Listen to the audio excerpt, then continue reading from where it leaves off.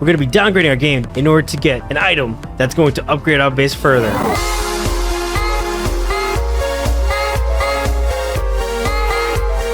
What up, my roomies, and welcome back to the technical guide to Minecraft. And whoa, this is a weird zoom. Oh boy, what the? We're going to be talking about getting items that you normally couldn't get in the modern version. So the items that we're going to try to get through time travel is bedrock, a spawner, and portal frames, a spawner egg, feather falling armor, which we'll get into more detail in that episode, and mending an infinity bow, and lastly but not leastly, the arrow of luck. Now, of course, time traveling in Minecraft requires you to go back in time, or rather to older versions, in order to pull off getting some of these items. And while it may not be exactly easy to go back to older versions, whether it be because of loss of quality of life things and to doing the research on where to get these items in which version, if you were to think about it for a moment, if you were to have played Minecraft from as far back as I have since the early alpha and upgraded your world to the current day, we're basically doing the same thing but backwards. And so, here's how to do it. So you might have noticed that the audio's changed, and that's because I'm currently traveling and I'm using my headset to record these videos. But back on topic, if you go to the Betacraft page, on the right side you'll see download now.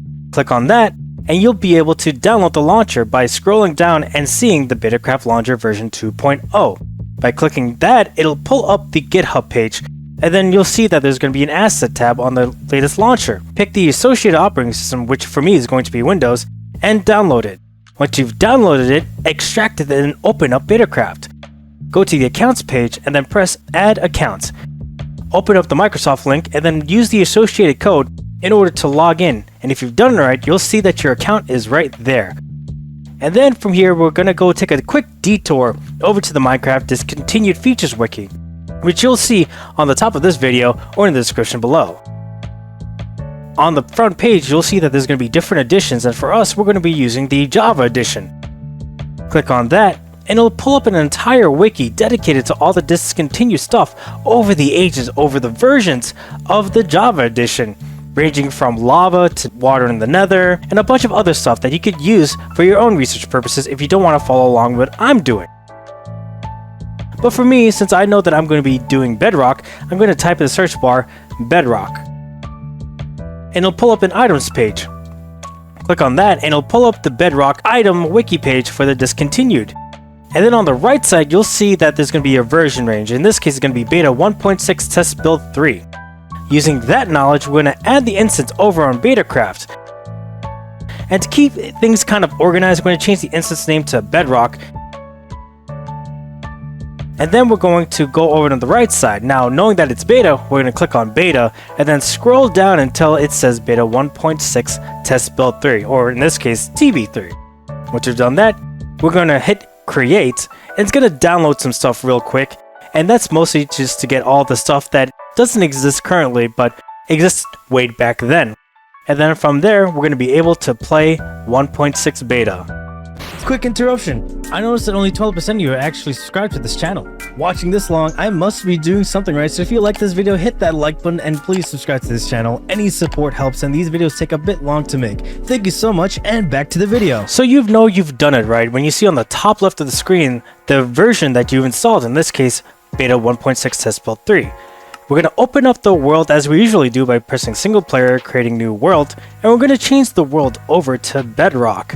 Now, the interesting thing about 1.6 beta test build 3 is that it's not just going to be for bedrock. No. We're also going to be adding in monster spawners. So we're going to label it as such. From there, we're going to create a world, have that entire thing load out, and you'll notice that there's a bunch of chests in front of us. See, in test build 3, there is a debug chest, and way back in the day, there wasn't a lot of items like there are today.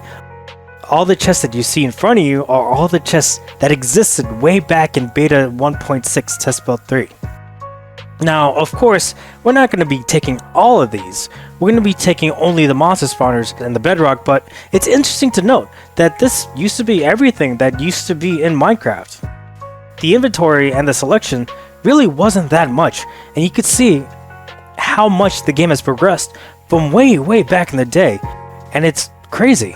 But what we're after is, of course, bedrock and monster spawners. Now in total, these chests will hold 128 bedrock and monster spawners. Now theoretically, one could just reload the world and get more of these, but for the sake of not entirely breaking the game, we're going to only take the 128 from this world and proceed forward. Now, because we're playing in old Minecraft, some things don't really work quite as well. For example, I can't look at myself anymore, and so we're just going to be looking at exactly what I'm looking at. If you've noticed, the FOV is really close to our face, and that's because the FOV slider didn't exist yet. And not only that, you'll also notice that I'm moving rather slow, and that's also because sprinting hasn't been included yet. In addition, you'll also notice that there's no hunger bar, but that's really not of a concern of mine, because back then, when you ate food, that would heal you instead of giving you hunger back. Also, not having the book is going to become a massive problem, because now you'll have to actually know the recipes or look them up yourself in order to make the stuff. Like say for example a chest, I would have to know how to make a chest right off the bat. You can no longer rely on the book.